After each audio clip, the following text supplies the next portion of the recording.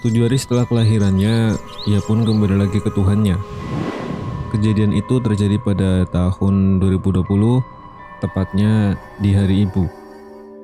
Istri gua melahirkan seorang anak perempuan, namun kondisinya kritis. Yap, kritis pak. Istri gua mengalami suatu kondisi di mana di dunia medis disebut dengan polyhydramnion, yaitu penumpukan berlebihan pada air ketuban yang bisa mengakibatkan komplikasi yang membahayakan kehamilan dan perkembangan si janin. Almarhumah anak gua mengalami komplikasi di mana saluran pernafasannya itu terganggu pak. Sehingga sore hari setelah ia dilahirkan, ia langsung dirujuk ke rumah sakit yang lebih lengkap agar mendapatkan penanganan yang lebih maksimal. Namun setelah 1 minggu ia dirawat dan ibunya pun belum pernah melihatnya. Ternyata saat itu anak kami kembali ke pangkuan Tuhannya dan meninggalkan kami di dunia ini.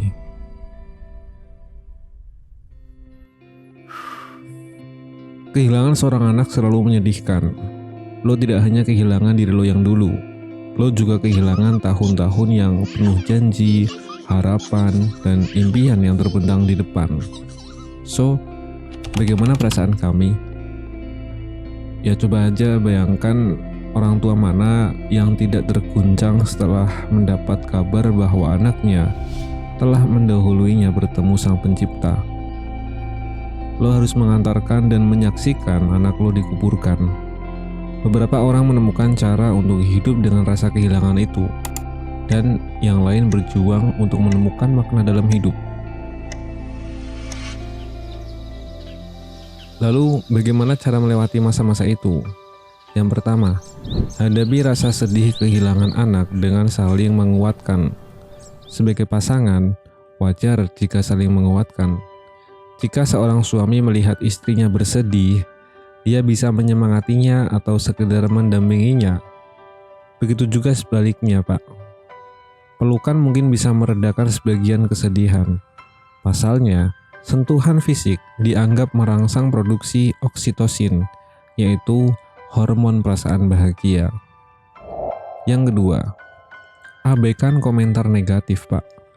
Bahkan dalam situasi berduka sekalipun, terkadang masih aja ada orang yang kurang berempati atau bahkan melontarkan kalimat negatif kepada kita yang kehilangan anak. Jika lo dapat komentar serupa, sebisa mungkin jangan menggubrisnya. Menanggapi situasi yang demikian justru akan semakin menguras emosi. Dan sebaliknya, carilah lingkungan yang bisa memberikan dukungan dan memahami kesedihan lo itu. Ketiga, dekatkan diri pada Tuhan. Hal lain yang bisa lo lakukan untuk menjalani masa duka adalah dengan mendekatkan diri pada Tuhan.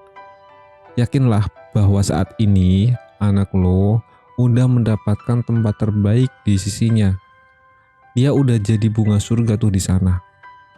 Dan ia siap menyambut kita di pintu surga kelak.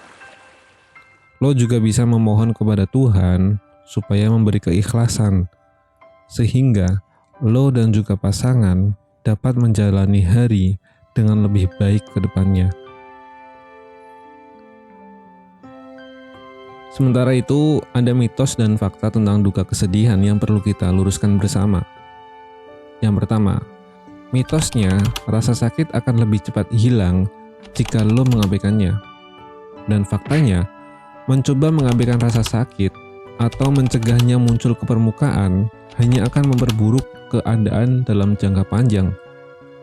Untuk penyembuhan yang sesungguhnya, lo perlu menghadapi kesedihan lo itu dan secara aktif menghadapinya.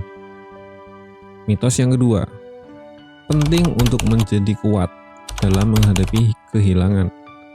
Faktanya, merasa sedih, ketakutan, atau kesepian adalah reaksi normal terhadap kehilangan, Pak.